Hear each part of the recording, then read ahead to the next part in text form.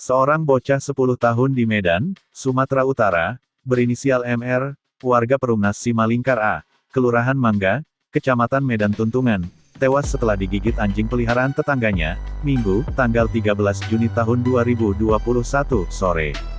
Diketahui, MR digigit anjing pada Kamis tanggal 10 Juni tahun 2021, saat melintas di depan rumah tetangganya setelah jajan bersama dengan teman-temannya.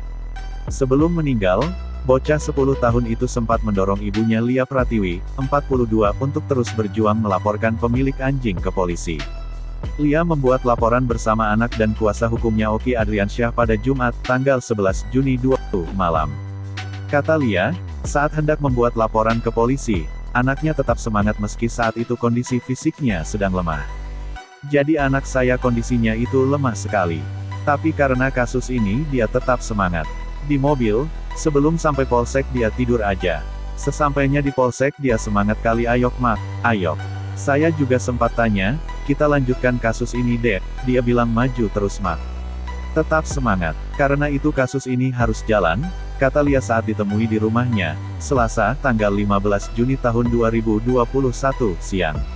Lia bersama anaknya dan kuasa hukumnya membuat laporan di Mapolsek Tuntungan dengan nomor pengaduan STTLP 54V2021 SPKT, Sektor Medan Tuntungan. Lia mengaku tidak tahu jika membuat laporan ini menjadi permintaan terakhir anaknya.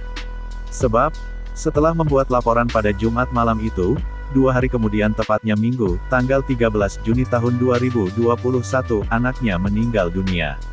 Kuasa hukum korban, Oki Adriansyah mengatakan, sebelum membuat laporan ke polisi, pihaknya sempat melakukan mediasi kepada pemilik anjing.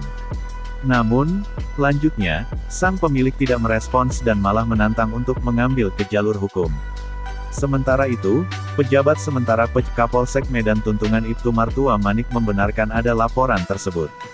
Hanya saja, kasus tersebut kini ditangani oleh Satreskrim Polrestabes Medan.